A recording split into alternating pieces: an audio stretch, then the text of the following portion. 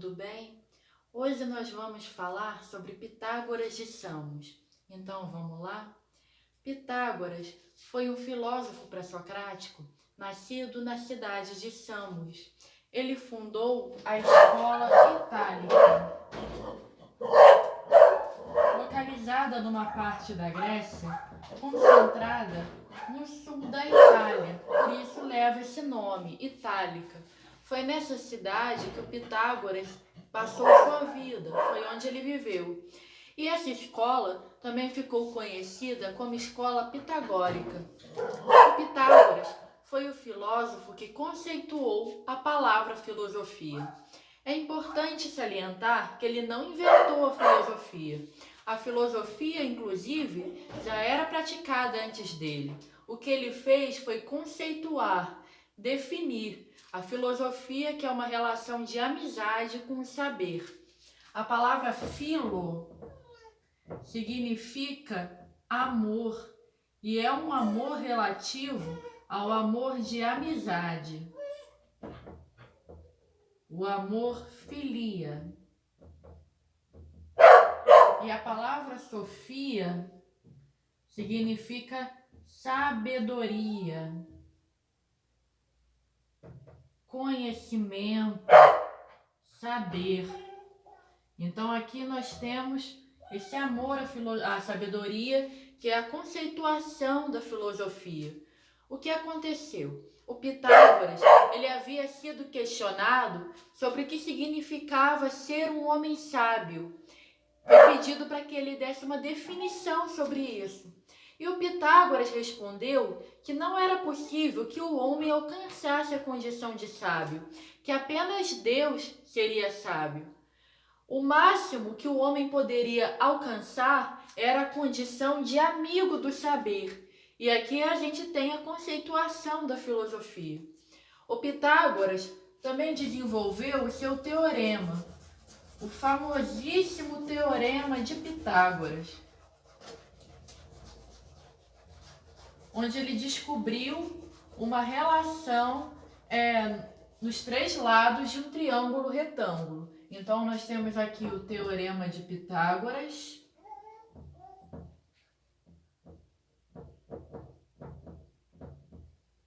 representado aqui num triângulo retângulo. E o triângulo, ele tem dois lados que são chamados de catetos, que são os lados que juntos formam um ângulo de 90 graus. E existe um lado chamado de hipotenusa, que é o lado do triângulo oposto ao ângulo de 90 graus. Então Pitágoras descobre a seguinte relação: a hipotenusa elevada ao quadrado é igual a cada um desses catetos individualmente elevados ao quadrado e somados. O quadrado da hipotenusa é igual à soma dos quadrados dos catetos. Mas o que isso aqui tem a ver com filosofia, professora? Nós vamos falar sobre matemática? Bom, não do jeito que vocês estão pensando. Vamos, antes de tudo, relembrar, definir aqui no que consiste a filosofia pré-socrática. Os pré-socráticos estavam preocupados em investigar o arquê, a origem da natureza, a origem do cosmos. Estavam fazendo uma cosmologia, que é o estudo do universo. Essa palavra cosmos significa ordem, harmonia, o todo ordenado, que é o universo. Então eles estavam buscando a origem desse todo ordenado. Estavam buscando a lógica desse universo. Diferentes de Sócrates, que fazia uma antropologia, que é o estudo do ser humano. Então, o Pitágoras, ele era um filósofo pré-socrático, e ele acreditava que esse arquê estava presente no número, nas relações matemáticas, nas proporções matemáticas. E aqui nós vemos essa tentativa dele desvendar, essa busca dele por desvendar essas relações, essas proporções matemáticas. Ele enxergava a natureza em relações, em proporções geométricas e numéricas. O Pitágoras acreditava que a natureza, que a realidade era dividida era toda composta por números, e a natureza, nossa realidade sensível, é dividida em duas coisas: número e proporções. Então, a realidade sensível, a natureza, é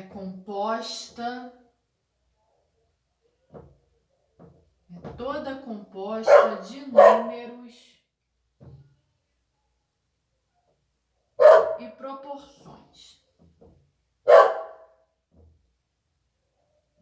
Então vamos buscar entender isso, né? Tudo na natureza possui proporções, possui uma relação de simetria. Embora nem tudo seja perfeitamente simétrico, nem tudo possua uma perfeita harmonia, uma perfeita beleza, um perfeito funcionamento, embora tudo possua imperfeições, tudo na natureza tem a sua relação de simetria, que é o que dá forma, função, o movimento designado para o seu devido fim, etc. Então, o corpo humano, por exemplo, os corpos dos animais, as plantas com seus diferentes tipos, os corpos celestes, tudo isso é constituído pelas suas relações de simetria, pelas suas proporções, que são proporções matemáticas. Altura, largura, profundidade, peso, combinações perfeitamente calculadas, cálculos perfeitos que determinam a função de cada coisa. Cada ente na natureza é constituído por essas proporções, e são essas proporções que fazem a coisa ser o que é, que fazem o ente ser o que é. Então são essas relações, são essas proporções matemáticas presentes na natureza que explicam a origem da natureza, que explicam a origem de tudo que existe. O Pitágoras, ele acreditava de uma forma diferente de outros pré-socráticos, porque esses outros pré-socráticos acreditavam que o arquê estava presente numa matéria. Muitos outros acreditavam nisso. Temos o exemplo da água, do ar, do fogo, átomos, como falamos na última videoaula, prótons, elétrons, nêutrons. Então, uma matéria-prima, uma matéria original que daria origem a tudo que existe. Então, Pitágoras ele não acreditava nessa matéria-prima, nessa matéria original. Para ele, a origem de tudo não está nisso, e sim na própria ordem da natureza. O número é a ordem das coisas, a ordem da natureza. Então, Pitágoras acreditava nisso, e ele acreditava que esse arquê é representado pelo conceito de unidade. Nós temos aqui o conceito de unidade.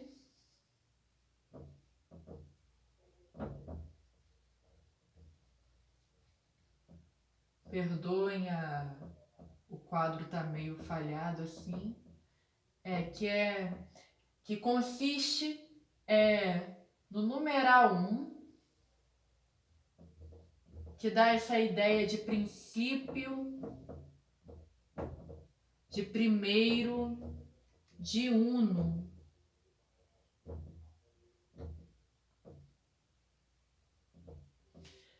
Tudo começa do princípio, tudo começa a ser contado a partir do primeiro. Então, mesmo que tenha muitos zeros na frente, 0,0001, tudo começa a partir do numeral 1, a partir do algarismo 1. E nós temos também aqui o ponto, que é como ponto de partida para tudo na geometria. A partir do ponto na geometria, nós traçamos uma reta, na qual se originam as figuras geométricas. E toda a natureza é composta por figuras geométricas. A natureza é composta de figuras geométricas. Então, a origem de tudo na natureza se dá da mesma forma que é a origem de tudo na geometria e na matemática. Então, aqui nós temos esse conceito de unidade como arquê, e posteriormente vai surgir a relação dos números ímpares e pares.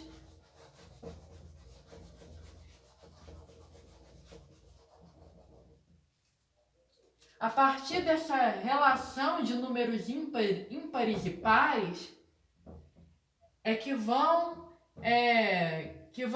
se formar, que vai se constituir nas figuras geométricas materiais presentes na natureza, que dão origem, que formam a realidade sensível, a natureza. Então, a gente tem essa relação de números ímpares e pares como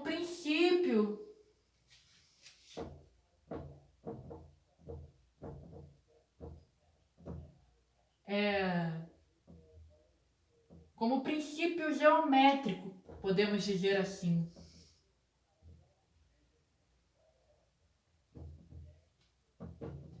Da natureza. E essa relação de contradição, de oposição entre números ímpares e pares, só colocar aqui os números na frente, porque eu nem reparei que eu tinha deixado de colocar. É melhor colocar. Ai, ficou muito feio, mas vou tentar melhorar aqui. Mas continuando. É nessa relação, é a partir dessa relação também que serão constituídas o que nós conhecemos como sensações.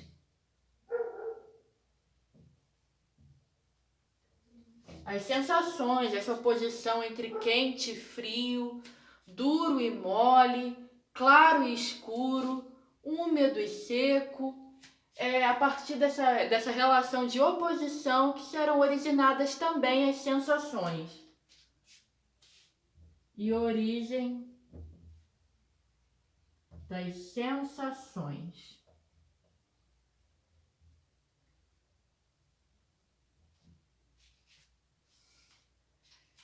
Outra coisa interessante é que o Pitágoras e seus discípulos foram os primeiros a sistematizarem o conhecimento matemático. A matemática era praticada, era conhecida bem antes. Temos o filósofo Tales de Mileto, que era um matemático, e muitos outros. Mas era de uma maneira bastante prática. Números por números, somas por somas, como 1 mais 1 igual a 2, 2 mais 2 igual a 4, a expressão numérica ali por ela mesma. Mas o que acontece? O Pitágoras ele vai usar da matemática para poder investigar a origem da natureza. Vai trazer um conhecimento mais aprofundado da matemática. A matemática explicando a natureza, explicando a origem de tudo que existe na natureza.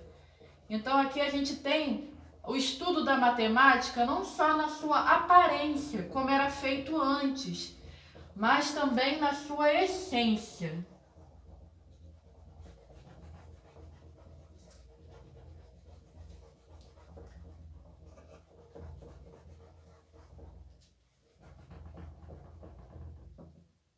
Temos aqui os pitagóricos, o estudo da matemática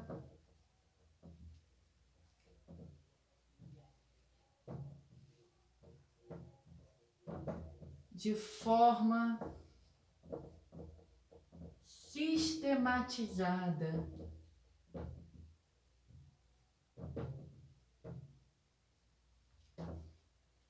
Explicando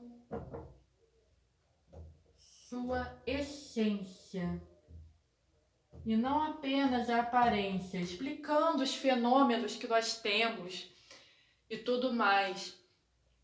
O que aconteceu? Assim como qualquer filósofo, o Pitágoras se valeu de observações, né? Assim como qualquer cientista, como qualquer filósofo, o estudo era feito por observações e se foi observando ciclos matemáticos E ciclos naturais?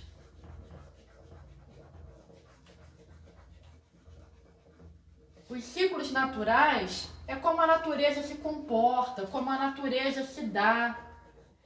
Os fenômenos naturais, como eles são, como eles agem. E os ciclos matemáticos são as relações matemáticas sendo investigadas, sendo estudadas. Então, nós temos os ciclos matemáticos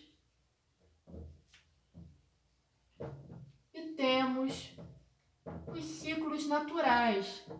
E essas duas coisas foram unidas para poder explicar a origem da natureza a partir da matemática. Foram unidos esses dois estudos, foram observadas as duas coisas para poder se chegar nessa conclusão. E a conclusão final foi que a matemática seria o princípio codificador da natureza. O princípio racional que codifica a natureza, gerando os fenômenos que nós percebemos. Então, a matemática... Então, nós temos a matemática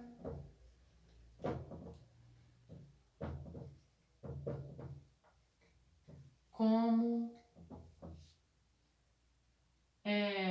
princípio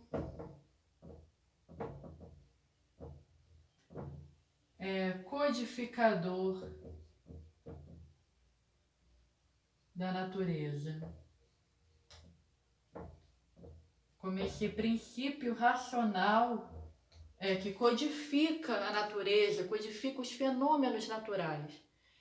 Agora vamos para outra coisa interessante aqui a ser falada.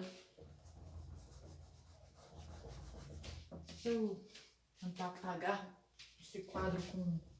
Esse aqui é mais potente.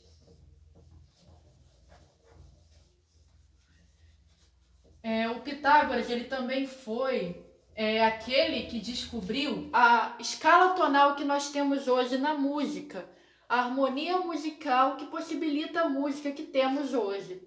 O que ele fez? Ele fez um experimento com cordas, mas vamos colocar aqui, né? A escala tonal. Ele fez um experimento esticando cordas de diferentes tamanhos até que elas produzissem determinados sons. Então, as cordas foram esticadas. Essa corda aqui foi esticada até que produzisse o som Dó. Aqui, essa foi esticada até que chegasse no Ré. Mi. Um minutinho.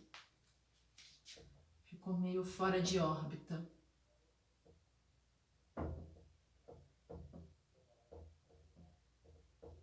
Temos o Si. Então, se tratam de vibrações sonoras, de cordas que eram esticadas até que elas produzissem determinado som.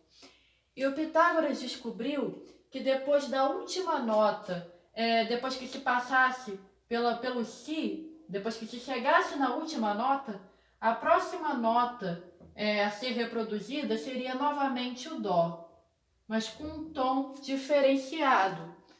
Então, aqui nós temos um ciclo. O Pitágoras trabalhava bastante com ciclos. Então, aqui a gente tem esse ciclo musical que ele descobriu. E aqui é interessante também de perceber que as harpas gregas, elas possuíam um formato com as cordas dispostas dessa maneira. Mas claro que eu desenho mal pra caramba, não tem nada a ver. Mas se você for observar aquelas harpas gregas, as cordas são dispostas, as cordas são dispostas dessa maneira, e isso não é à toa. Agora, recapitulando, o Pitágoras trabalhava bastante com ciclos, e isso é legal para a gente ver a relação da matemática com a música. O que possibilita a harmonia musical é a presença da matemática na música. A matemática é a essência da música, é o que faz a música ser possível, ter essa harmonia, essa coisa essencial que está nela. Então, é importante a gente salientar aqui que o Pitágoras ele não inventou a música, assim como ele não inventou a matemática. Não é possível inventar a música. A música é uma possibilidade que já estava presente na natureza, e o que o ser humano fez foi descobrir essa possibilidade, assim como a matemática também é uma possibilidade que sempre havia sido dada pela natureza, que foi descoberta também. E descobrindo essa possibilidade, a partir dessa descoberta do Pitágoras aqui, o ser humano ele foi criando instrumentos musicais, foi criando ritmos, foi criando formas de se fazer música, mas não é possível inventar uma coisa que já estava ali como possibilidade. O que aconteceu foi que se descobriu isso para dominar as técnicas e poder produzir sons, fazer música. Agora, encerrando essa aula, vamos falar rapidinho aqui do fato de que o Pitágoras influenciou vários pensadores modernos, como Leonardo da Vinci, Newton, Galileu Galilei. E sobre o Galileu Galilei, eu quero deixar aqui uma frase que eu gosto muito e que é totalmente inspirada na filosofia do Pitágoras. Uma frase bem bonita. É totalmente inspirada nesse pensamento pitagórico.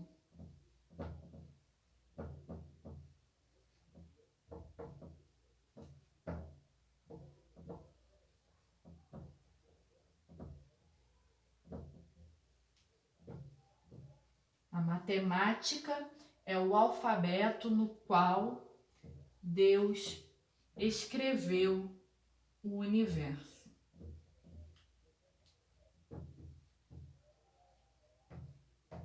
É uma frase lindamente linda, inspirada na filosofia do Pitágoras, de Galileu Galilei.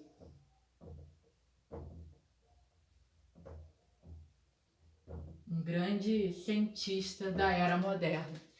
Então é isso, gente. Essa foi a nossa videoaula de hoje. Peço para que vocês estudem e qualquer dúvida que tiverem, não hesitem de perguntar. Estou sempre disponível para isso. Beijos e até a próxima!